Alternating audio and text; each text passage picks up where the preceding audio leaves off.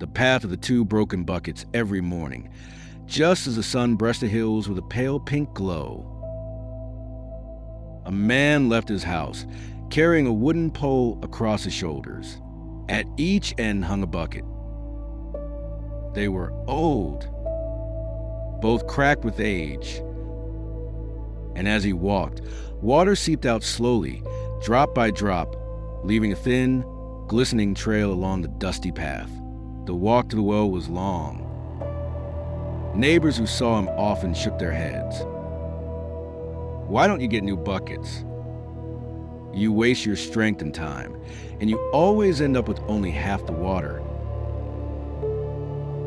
The man never answered. He walked in silence, listening to the rhythm of the dripping water.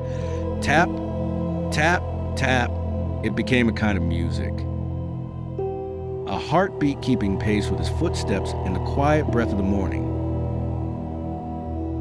At first, the path looked like any other, dry, bare, gray with dust.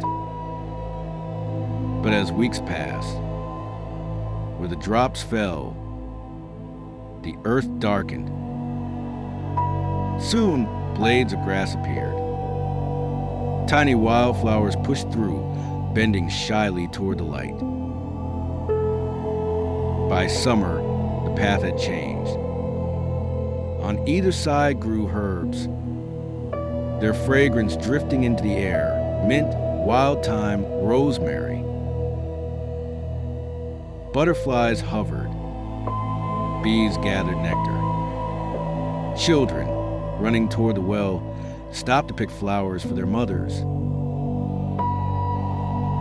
Years went by.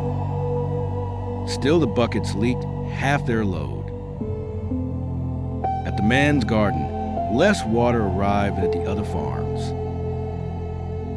But the path, season after season, became a green corridor, shaded and alive. Small trees rooted themselves where the water had fallen.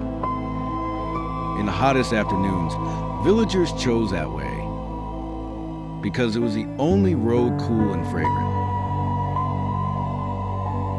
One day, a young man stopped him. "Why don't you replace those buckets?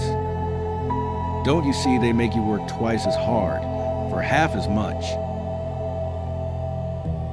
The old man smiled, rested the pole on the ground, and said softly, "You see only the water that never reached my garden.